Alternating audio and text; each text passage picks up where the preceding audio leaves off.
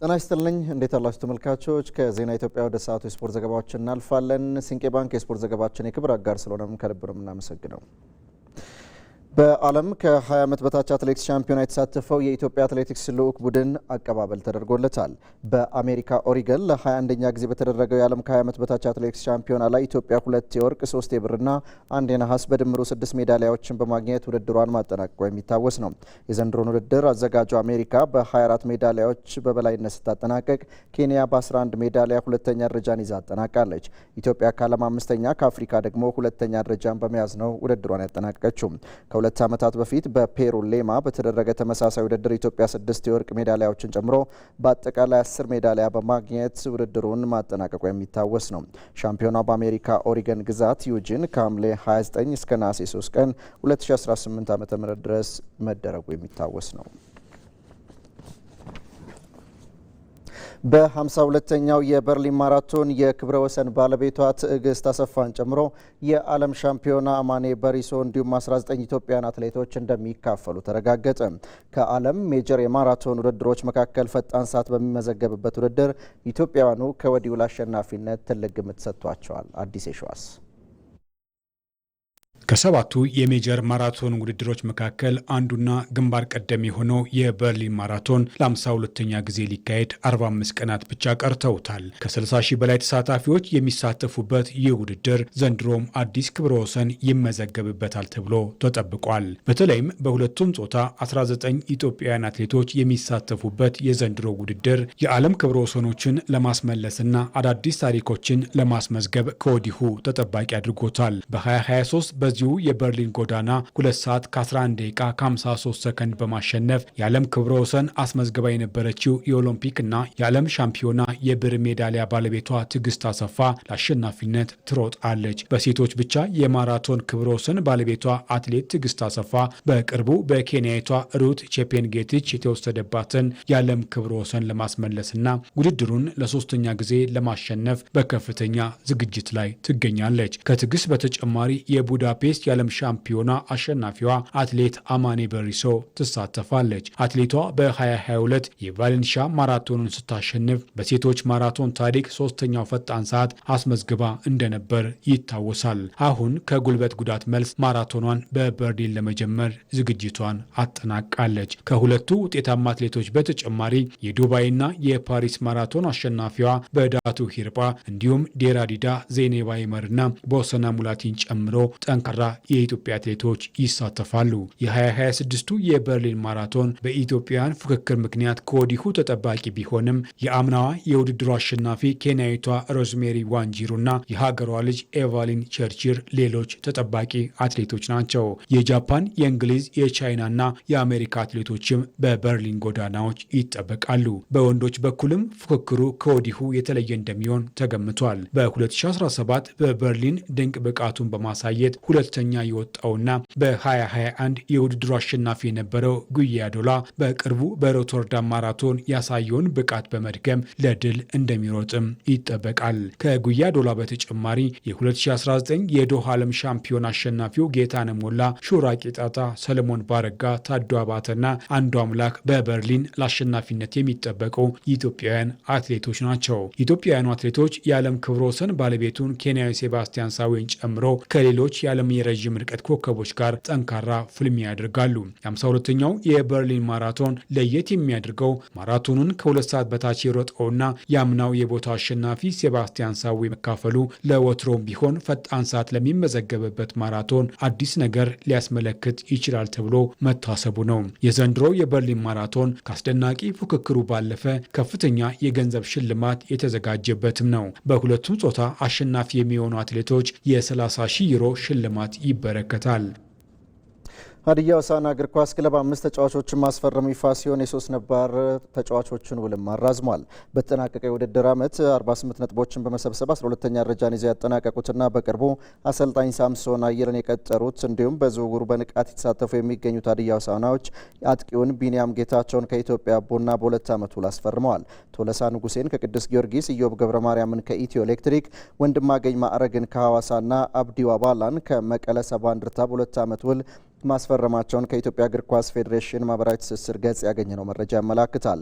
ነባሮቹ በተጨማሪም ጄይላን ከማል የዳግም ወንድሙንና ተፈራ አንለይን ውል ለተጨማሪ 1 ዓመት አራዝመዋል። በዝውውሩ ላይ በንቃት የተሳተፈ የሚገኘው ቅዱስ ጊዮርጊስ የኢትዮ ኤሌክትሪክ የግራ መስመር ተከላካይን ያሬድ የማነን በ2 ዓመት ውል ሲያስፈርም ግብ ጠባቂ ኮክ ኳይትን ውል በተጨማሪ 2 ዓመት ማደሱ ነው ይፋ የተደረገው። በ14ተኛው የሴቶች አፍሪካ ዋንጫ የግማሽ ፍጻሜ ጨዋታዎች ዛሬ ይደረጋሉ። በሞሮኮ አስተናጋጅነት እየተደረገ በሚገኘው የሴቶች አፍሪካ ዋንጫ የግማሽ ፍጻሜ ጨዋታ ዛሬ ሲጀመር አልጄሪያ ከማላዊ ምሽት 2 ሰዓት ላይ ይገናኛሉ። ሁለቱ ሀገራት በታሪካቸው ለመጀመሪያ ጊዜ ነው ዛሬ ምሽት እርስ በርስ የሚጫወቱት። በሩብ ፍጻሜው አልጄሪያ ኮትዲቫርን፣ ማላዊ ደግሞ ጋቦንን በማሸነፍ ነው ለዛሬው የግማሽ ፍጻሜ መርሃ ግብር የደረሱት። ባለፈው ዓመት የፍጻሜ ተፋላሚዋ ሞሮኮ ከካሜሮን ደግሞ ምሽት 5 ሰዓት ሲል ጨዋታቸውን ያደርጋሉ። በሩብ ፍጻሜ ሞሮኮ ደቡብ አፍሪካን፣ ካሜሮን ደግሞ የ10 ጊዜ የውድድሩ ሻምፒዮን ናይጄሪያን በማሸነፍ ለግማሽ ፍጻሜ መብቃታቸው ይታወሳል። በአውሮፓ የአሸናፊዎች አሸናፊ ዋንጫ ፓሪስ ሴን ዠርማ ከአስቶን ቪላ ዛሬ ምሽት ይጫወታሉ። በቡድናቸው ውስጥ በርካታ ለውጦችንና ጉዳቶች ያሉባቸው አሰልጣኙ ኡናይ ኤምሬ ከዚህ በላይ ለተሻለ ስኬት እንሰራለን ሲሉ ሀሳባቸውን ሰጥተዋል። አሰልጣኝ ሉዊስ ኤንሪኬ በበኩላቸው ለተነሳሽነትና ፍላጎት ከቀደሙ የበለጠ ጥሩ ውጤት እንድናመጣ ያግዘናል ሲሉ ነው ሀሳባቸውን የሰጡት። ነጻነት ጫን ያለው በዝርዝር ተመልክቶታል።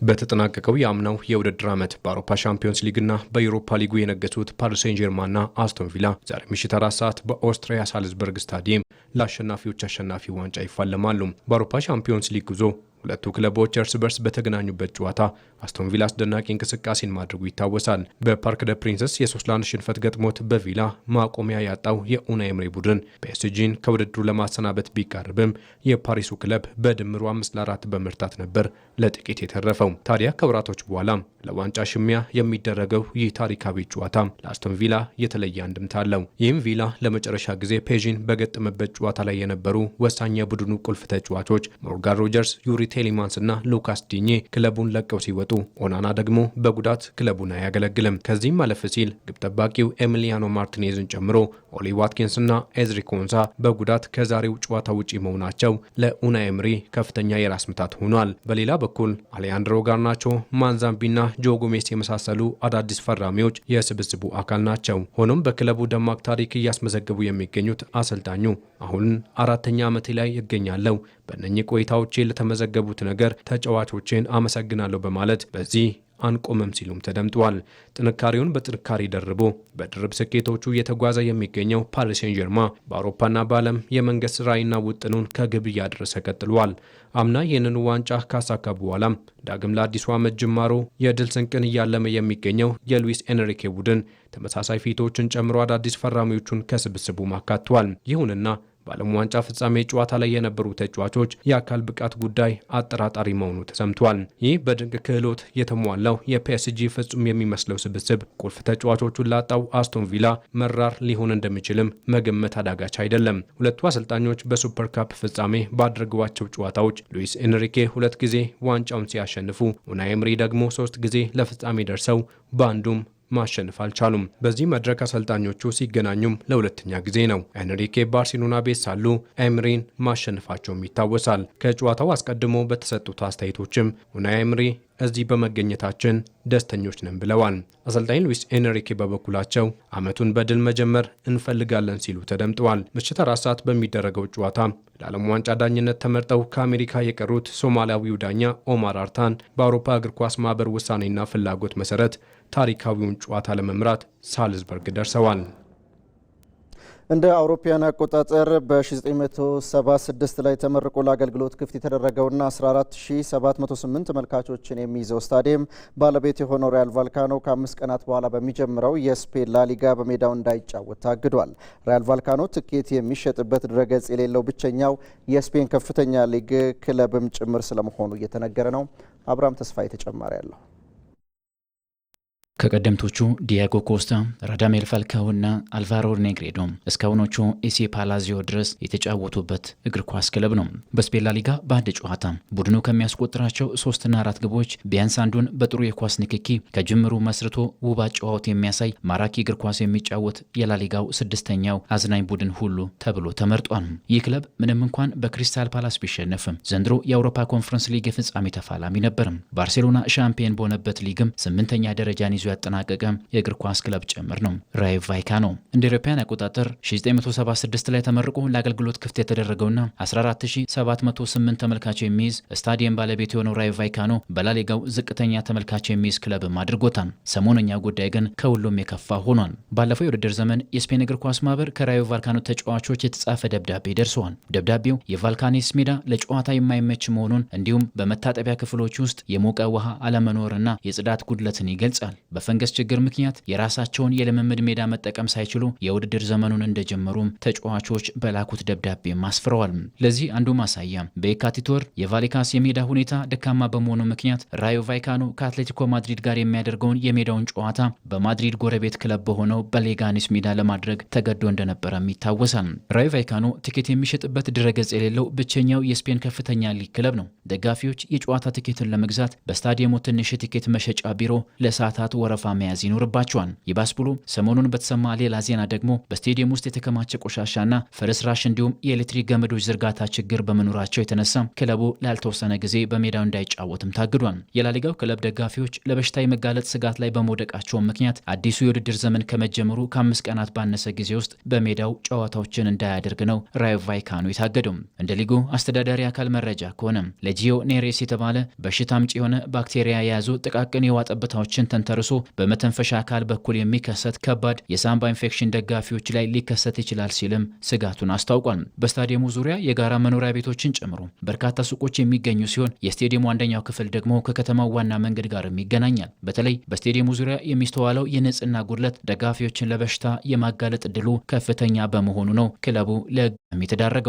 አስገራሚው ነገር ምንም ችግር ያለበት የማይመስለው ራዮ ቫይካኖ ባለፈው ሳምንት ለአዋቂዎች የስቴዲየም መግቢያ የ15% የዋጋ ጭማሪ በማድረግ የወቅቱን የውድድር ዘመን የቲኬት እድሳት እንደጀመረም አሳውቋል። የማድሪድ ክልል የስፖርት ባህልና የቱሪዝም ኃላፊ የሆኑት ማሪያኖ ዲፓኮ ማክሰኞ ዕለት ለጋዜጠኞች እንደተናገሩት ክለቡ የጥገና ስራዎችን ለማከናወንና የውሃ ጥራትን የሚያረጋግጥ ማስረጃ ለማቅረብ የቀረቡለትን ጥያቄዎች አልተገበረም ሲሉ ተችቷል። ኃላፊው አክለውም ሁኔታውን ለማስተካከል ሞክረናል፣ ነገር ግን ወደ ኋላ መመለስ በማይቻልበት ደረጃ ላይም ደርሰናል። የጥገና ስራዎች አለመከናወናቸውም እንዲሁ ተረጋግጠዋል። ክለቡ ትዕዛዞችን ባለማክበሩ ባለስልጣናት እርምጃ መውሰድ ነበረባቸው። የተፈጠረው ነገር ተቀባይነት የለውም ሲሉም ተናግረዋል። ዲፓኮ በስቴዲየሙ ላይ የሚከናወነው አስቸኳይ ስራ ወዲያውኑ እንደሚጀምርና ስራው ተጠናቆ ለማለቅ ከ2 እስከ 6 ወራት ሊወስድ እንደሚችልም አረጋግጠዋል። በተጨማሪም የክለቡን መሰረተ ልማቶች በአግባቡ ባለማስተዳደርና ክለቡን ዘመናዊ ባለማድረጋቸው በደጋፊዎችና በተጫዋቾች ዘንድ ለረዥም ጊዜ ትችት ሲሰነዘርባቸው የሰነበቱት የክለቡ ፕሬዝዳንት ራውል ማርቲን ፕሬሳን ማግኘት እንዳልቻሉም አያይዘው ገልጸዋል። የታሪክ ተወቃሽ ለመሆን የተቃረበው ይህ ክለብ አሁንም ቢሆን ስህተቱን ለማረም የወሰደው ምንም አይነት እርምጃ ለመኖሩ አስገርሟል። ባለፈው ወር የማድሪድ ከተማ አስተዳደር የስቴዲየሙን የጥራት ደረጃ ለማሳደግና ተመልካች የመያዝ አቅሙን ወደ 18500 ለማሳደግ ፕሮፖዛል ቢያቀርብም እስካሁን ግን ተግባራዊ አልተደረገም። ለዚህም እንደ ችግር የተቀመጠው የክለቡ ባለቤቶች የቀጣይ ዓመት የስቴዲየም መግቢያ ትኬት ሲሸጡ ለደጋፊዎች ከዚህ ቀደም ይገለገሉባቸው በነበሩ ቦታዎች መሰረት ማድረጋቸው ሲሆን ይህም በስቴዲየሙ መታደስ ዙሪያ ደካማ ፍላጎት አሳይተዋል ነው የተባለው። የክለቡ የውድድር ዘመኑ የመጀመሪያ የሜዳ ላይ ጨዋታው ከዲፖርቲቮ አላቬስ ጋር የሚያከናውን ሲሆን ከዛሬ 8 ቀናት በኋላ በዕለተ ሐሙስ በፈረንጆቹ ኦገስት 20 ይደረጋል። ክለቡም በስቴዲየም እገዳ ምክንያት የስቴዲየም ክራይ የከፈለ በሌጋኔስ ሜዳ እንደሚጫወትም ይፋ ተደርጓል። ፈረንሳይ አማካይ ፖል ፖግባ ከሞናኮ ጋር ያለውን ውል በስምምነት ለማቋረጥ ድርድር ላይ ይገኛል ተባለ። የ33 ዓመቱ ተጫዋች ባለፈው ክረምት በነጻ ዝውውር የፈረንሳዩን ክለብ የተቀላቀለ ቢሆንም በተደጋጋሚ ጉዳቶች ምክንያት ለክለቡ ማድረግ የቻለው 6 ጨዋታዎችን ብቻ ነው። ሞናኮ ተጫዋቹ ወደ ሙሉ ጤንነቱና ወደ ቀደመ ብቃቱ ይመለሳል ብሎ ተስፋ አድርጎ የነበረ ቢሆንም በቅድመ ውድድር ዘመን ዝግጅት ወቅት በድጋሚ የጅማት ጉዳት ማጋጠሙን ተከትሎ ለወራት ከሜዳ ሊርቅ እንደሚችል ስጋት ተፈጥሯል። በዚህ ምክንያት በሞናኮ ያለው ቆይታ ወደ ማብቂያው እየተቃረበ ይገኛል ነው የተባለው። አማካዩ ውሉን ተቋርጦ በድጋሚ ነጻ ተጫዋች ሊሆን እንደሚችልም ነው የቢቢሲ ስፖርት ዘገባ ያመላከተው።